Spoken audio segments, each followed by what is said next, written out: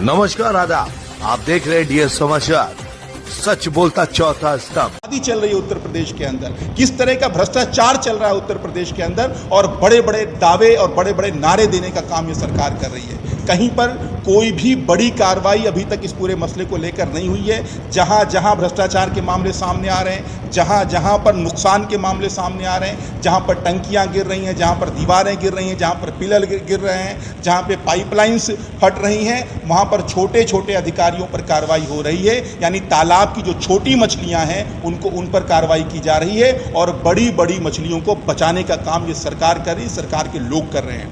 आम आदमी पार्टी की तरफ से हम ये मांग करते हैं कि जितनी जल्दी हो सके एक उच्च स्तरीय कमेटी का गठन किया जाए, इस पूरे मामले की जांच की जाए, क्योंकि बहुत बड़ा भ्रष्टाचार ये है। जो सीतापुर के अंदर और लखीमपुर के अंदर जो हमने देखा, जो पानी की टंकी फटी, जो पहले गाइडलाइन सरकार की तरफ से बनाई गई थी, उसमें स्पष्ट इस बात के निर्देश थे कंपनियों को कि वो कंपनियां आरसीसी की टंकी बनाएंगी।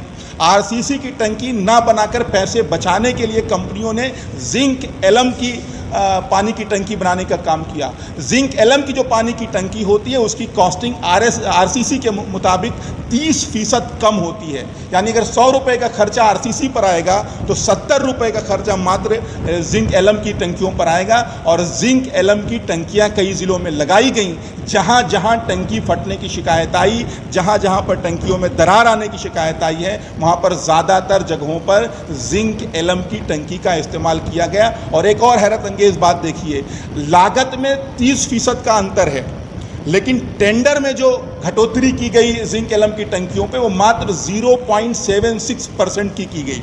तो इससे साफ पता चलता है कि बड़े स्तर पर भ्रष्टाचार की तैयारी सरकार की तरफ से की गई। सरकार की मिलीभगत की वजह से, सरकार के बड़े अधिकारियों की मिलीभगत की वजह से, जो जल शक्ति मंत्री हैं उनकी मिलीभगत की वजह से इस तरह के मामले सामने आ रहे हैं। अपने आप में ये बहुत बड़ा भ्रष्टाचार है, इसकी जांच होनी चाहिए और जो भी दोषी पाए जाएं उनके खिलाफ कार्रवाई होनी चाहिए।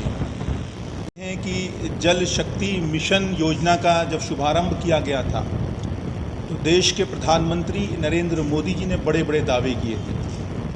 ये वादा किया गया था देश की जनता से, उत्तर प्रदेश की जनता से, कि हर घर तक, हर गांव के हर घर तक नल पहुंचाया जाएगा, नल के जरिए जल पहुंचाया जाएगा। लेकिन आज लगभग हर ज़िले से इस योजना के विफल होने की खबरें आ रही हैं।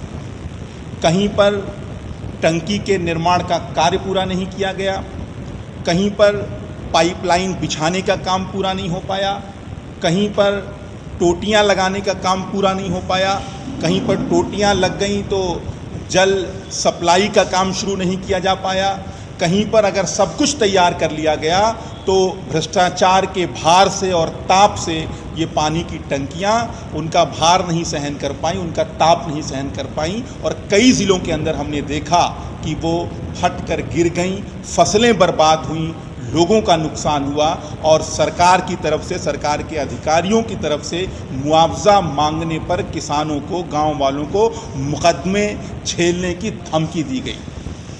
ये जिक्र मैं कर रहा हूँ लखीमपुर की घटना का। लखीमपुर के अंदर जब पानी की टंकी फूटकर गिरती है तो आसपास 10 बीघे गेहूं की फसल बर्बाद हो जाती है।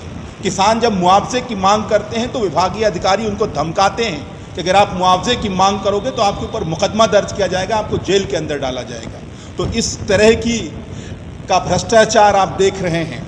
आपने सीतापुर के अंदर देखा कि 5 करोड़ 31 लाख की लागत से बनी हुई जो पानी की टंकी थी वो पानी का भार सहन नहीं कर पाई और टूट गई, जहां से 20,000 की आबादी के लोगों को पानी की सप्लाई दी जा रही थी।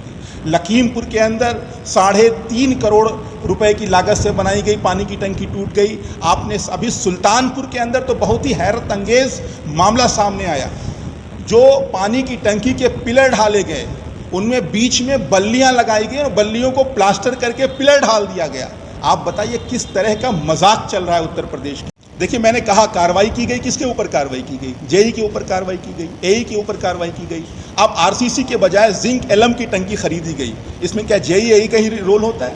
इसमें बड़े अधिकारियों का रोल होता है। किसने गाइडलाइन चेंज की, क्यों गाइडलाइन चेंज की, और जब 30% का अंतर है आरसीसी की जो पानी की टंकी होती है उसकी कॉस्टिंग में और जिंक एलम की पानी की टंकी में 30% का अंतर है, तो टेंडर में सिर्फ 0.76% ही रेट क्यों कम किया गया? तो ये साफ साफ इशारा करता है कि भ्रष्टाचार की जड़ें नीचे से लेकर और कहीं ना कहीं मुख्यमंत्री कार्यालय तक जुड़ी हुई हैं और इसकी निष्पक्ष जांच होनी चाहिए।